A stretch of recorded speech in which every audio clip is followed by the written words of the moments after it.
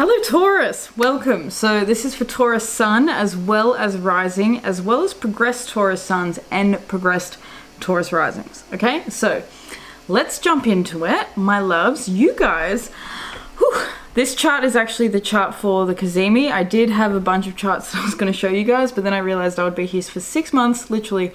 So we aren't going to do that. We're just going to have a look at one chart and talk about your week. You guys have got a lot going on in your second house, which is so Taurus, because what are you guys but the rulers of the second house? You're Taurus. So there's an awful lot going on in your second house, your first house, your 12th house, and your 11th. So there's a big emphasis on this whole side of your chart, which really is a massive transitionary zone. Because you got Saturn, you got Neptune in the 11th, you've got all of this, you've got the North Node, Chiron, Mars in the 12th, you've got Uranus in the 1st, and then you've got Jupiter, Mercury, Venus, and the Sun all in your 2nd. So this is a major, major wake up to your resources, your values, what you have, what you don't have, what you need, what you're lacking, what you're not lacking, all this sort of stuff. We've got this trine that's happening for you between your 10th house and your 2nd. So it's really, really a powerful moment for you when it comes to your career, because it's really a time of you becoming awake and aware to what it is that your mission is and that you're here to do. Not to say that you're going to figure everything all out this week, but this Sun and Venus Cazimi happening in your 2nd house is really opening you up to your value and what value you actually hold and what value you have. With the 2nd house being Gemini for you guys, your values come through a lot of different resources. There's a lot of different energies. You guys have a lot of different hands in a lot of different baskets. You know, there's a lot that you guys have that is really, you know, a lot of skills. That's what it is, because the 2nd house is skills and Gemini is many. So, you know, you guys are always sort of like breaking up and moving between different skills. And I think that this Venus Sun Cazimi happening for you is going to help you hone in on one.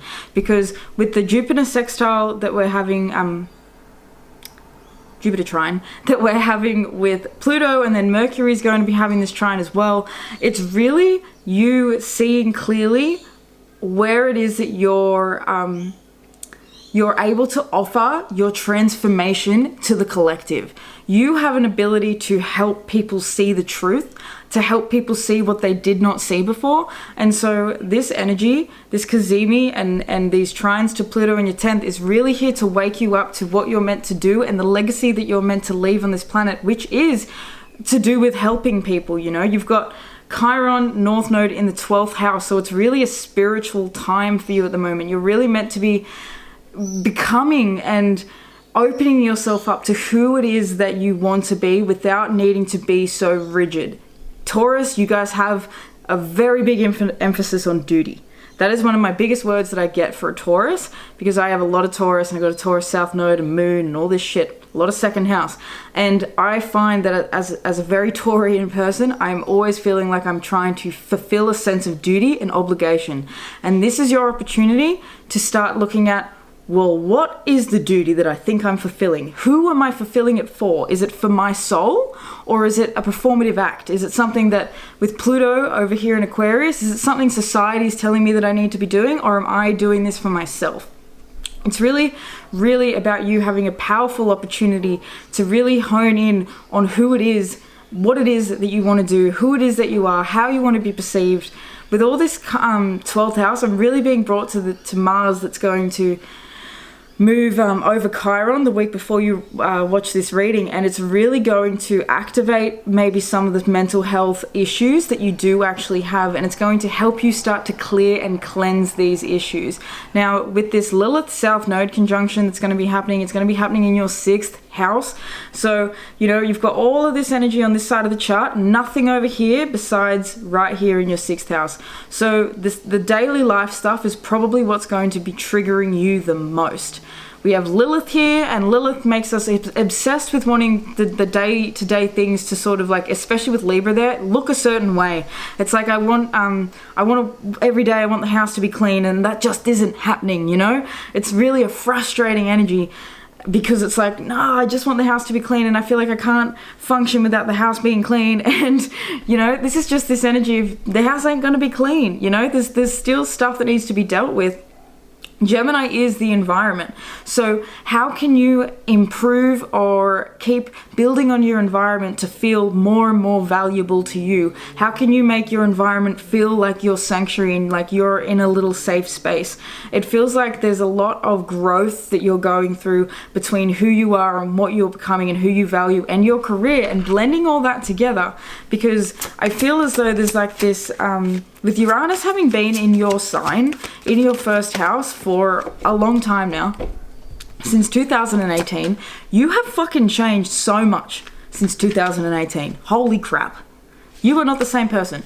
So, Uranus is getting closer and closer to the end of being in Taurus. He's still going to be there this year and into next year, but you're still going to have Uranus in your first house, which is going to be completely shifting and changing up the way you see yourself as well as the way the world sees you. But I feel like the rising sign is the mask, and so with Taurus in the first, it's like the mask that you've been wearing has to change, and it can't be so duty driven anymore. I think there's like more of this need with Venus and the Sun in the second. It's more this like curiosity need. It's like, can we actually just be curious about life again? Can we remember what it was like when we were a kid and we were excited by the glitter on that really cute pair of shoes, and we just had to have them because the glitter was so cute? It's like, it's about like, I'm seeing like unicorns and rainbows and shit. Like I'm literally seeing silly stuff, like childlike things.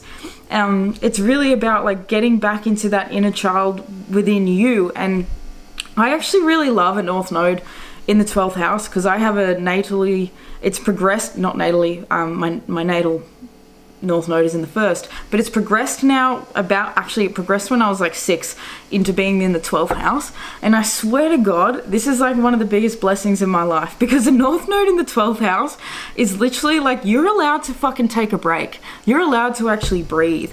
A South Node in the 6th, my teacher calls it, what does he call it? He basically said South Node in the 6th is these people need to really be careful with not becoming agents of the matrix. Meaning, don't just think that because everyone tells you that you need to have a good job and that you need to go to university in order to be successful and shit, that's actually the path. It's about you finding out your own path. This is like, you've been of service for so long, you've been doing the thing, doing the duty, doing what you're meant to be doing. How about we bring joy into this again? How about we bring fun into this, and expansion and excitement and our values into this again? You have protection with the lioness coming out. So there's definitely, I think with all this energy in your 12th house, you definitely needing to keep yourself very much protected. I'm really noticing this anchor of life and really being drawn to just the power that you have in, I think, like it's giving me like sunshine energy, like the power that you can actually get in connecting with the divine, because Venus Sun Cazimi is like this beautiful moment of connecting with God in a way. And it being in your second house is that this is going to shift up your resources and shift up your finances in a way that really can, I think it's going to help you breathe a little bit more. Before we have the Sun Cazimi, Venus will be burned up, and she will be burned up after she leaves, and we do have this like sort of burning energy with Mercury trailing along beside. But Mercury is the sun's messenger, so Mercury actually likes to be nice and close to the sun. It doesn't really matter too much. So really it's just your values that you need to be keeping an eye on, and that you need to be sort of making sure are in alignment. Are you doing things for your own value, or are you doing things for the value of someone else? We also have Snow Leopard coming out, which is the Watcher. So observation, it's really about being observant at the moment and opening your eyes, paying attention. That's what all this 12th house energy is. It's about paying attention and being really awake and aware of where it is that you're putting and placing your energy. You are going to be having this new moon in your second house, which means that it's time to sow new seeds for your resources. It's time to sow new seeds about what it is that you're bringing in. It's really exciting energy. It's really beautiful energy. It's an opportunity for you to do more, but also not doing it out of a sense of need for someone else, or need because this is what society tells me I need to be doing. This is very much you being in your own essence and your own energy, because you've already had all this energy in Taurus in your first house. So now it's time to bring that first house into the second and take all this change that we've experienced within ourselves and actually ground it into something. You have the detective archetype coming out. Great powers of observation and intuition, desire to seek out the truth. Shadow attributes is voyeurism and falsifying information. So it really is a time for you to be as diligent in your research and your detective powers as possible. It's really paying attention, looking at what's in front of you and not taking anything and everything at face value. It really is about needing to see things as clearly as possible and to, you know, Gemini in the second house. You need the facts in order to create abundance. You need to be creating something that feels like you actually know exactly what it is that is going to help people. You know, Gemini is short, fast, quick. So like I said with your career, there's like this need to be able to deliver people short, fast, quick information that's really going to help heal and transform them. How can you do that with what it is that you like to do, with what it is that you're building and creating? Because like I said in the overall horoscope, the technology thing right now is blowing up. We're going to be seeing more technology and more AI shit than we've ever seen before. So if you can't jump on this bandwagon, you will be left behind, Taurus. I'm sorry, but especially with your resources, you will be left behind resource-wise if you don't learn how to use, computers. If you don't know how to use these really, really important Gemini sort of energies, which is knowing how to communicate effectively and knowing how to have people understand you, and especially for your career, it's really important that you do that. So, what is your card? Let's get your tarot card. Ooh, we've got the Ace of Swords, which Aries just got too. So there's a lot of truth and clarity coming in for you. Love it. 10 of Coins. And we have 6 of Cups in the reverse. So that's the inner child stuff that we were talking about. There's definitely this this need to reconnect with your inner child. There's this, oh look, the Hermit. So meditation and journaling about your childhood, or just like automatic writing and stuff like that, even doing morning pages, things like that, but really opening up and allowing yourself to talk, even talking, communicating, maybe talking with parents about your childhood, or maybe even speaking with your mother. This is a specific energy, specific message that's coming through, but talking to your mother about her experience of you being in her womb. That is definitely something that's coming up, because that is going to show you a big part of why you feel the way you feel, because the way that you were nurtured while you were in the womb, you know, the experiences that you were having while you were in your mother's womb affect you now, and you can see that through your post and your prenatal eclipses. I'm not going to go too crazy in the astrology of that. I'll make a YouTube video at some point about your postnatal and your prenatal eclipses, which show you essentially your dealings with karma your whole life. So that's just a message that's really coming in for you because of all this 12th house stuff. You know, this is you needing to become clear on the subconscious shit that's actually holding you back. The subconscious stuff that's actually making you question things. The subconscious stuff that's actually keeping you, out of alignment at different points.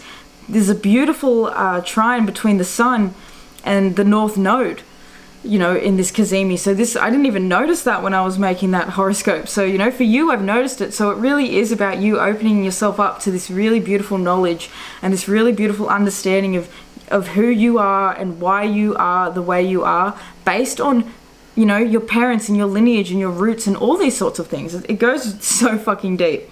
So we have the 10 of Coins and we have the Page of Swords. And I absolutely love this, because the 10 of Coins is about, once again, it's about family, it's about our roots, but it's about abundance and it's about legacy. This is really about your legacy at the moment. You're probably going to be finding that you're going to have more money coming in.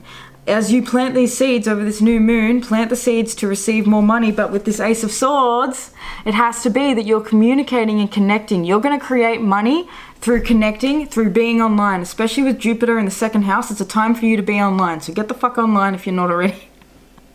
And my beautiful Tauruses, if you don't want to be doing things online, there's a need to be connecting with your local community, your local environment. So, maybe you need to be doing markets or something. You need to be connecting with the people around you. Anyway, I'm going to leave this there. Make sure you listen to your channeled song, because you've got a channeled song, Taurus, and check out the rest of your relative readings as well. So I'll see you in the next one, Taurus. Love you. Peace.